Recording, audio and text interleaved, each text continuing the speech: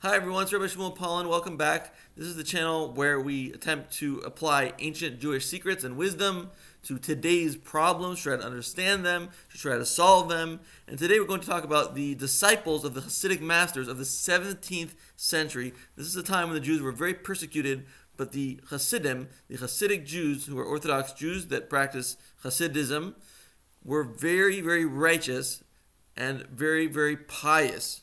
And we want to look into what they said, and I came across some writings from a Hasidic Jew of those times, and he said that what they used to do is anytime anything was even permitted, they would not do it because they wanted to break their passions. They wanted to break themselves. And this is a hugely important tip that we can all learn from. We may not do it at the same level that they did it, but we can do it at some level. We can in some way take upon ourselves to break ourselves. And we have people doing this already on the internet, but they're just doing it for the wrong reason. And let's talk about that.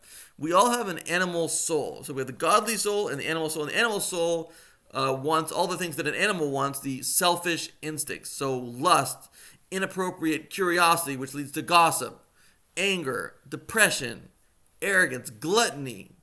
That's why people can't keep to their diets, because of gluttony.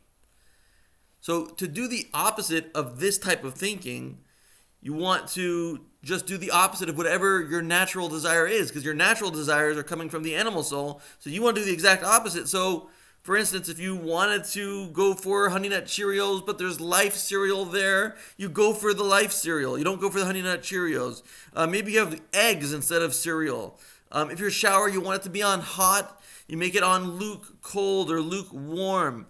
You do all these things in a different way than you would naturally want to do them, and this breaks your passions, and we'll explain why that's important. Buddhists do this to become enlightened, but this doesn't necessarily lead to enlightenment, but it does lead to more humility, empathy, clarity, power, joy, altruism, all the good things that make us really happy in life. And happiness is the thing that everybody is looking for. This is actually the way to get it, by doing the opposite of what you intend to do, the opposite of what your passions tell you to do, the opposite of whatever you feel you want to do. It's not about fulfilling your dreams, it's about fulfilling God's dreams. We have people on the internet doing no fap, which is let's not masturbate for a few months.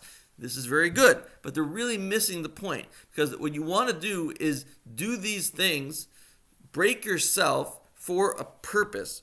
Break yourself so a new light can come forth, a spiritual light of happiness and fulfillment and power and energy to help other people and to help God make a home for Him in this world. If you just break yourself and there's no purpose, you're just becoming a broken being, and it's like giving a sacrifice on an altar that's not in the holy temple, and that was forbidden. It was forbidden. Yes, you're making a sacrifice. Yes, that's very nice. We think that's a good idea, but it's actually not accomplishing what it's supposed to accomplish, because it's not being brought in the holy temple. The same thing is true with our breaking of ourselves in our Judaism, in our no-hidism, in whatever you're going to apply it, in any way you're going to apply it to your own life.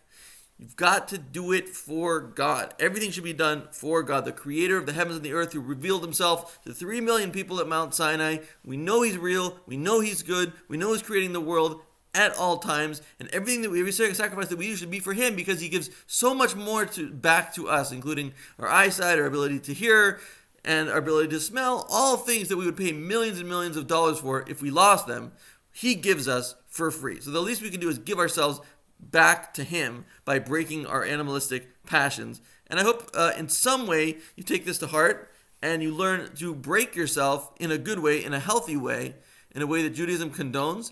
And if you need any help on how to do this properly, you can let me know in the comments. God bless.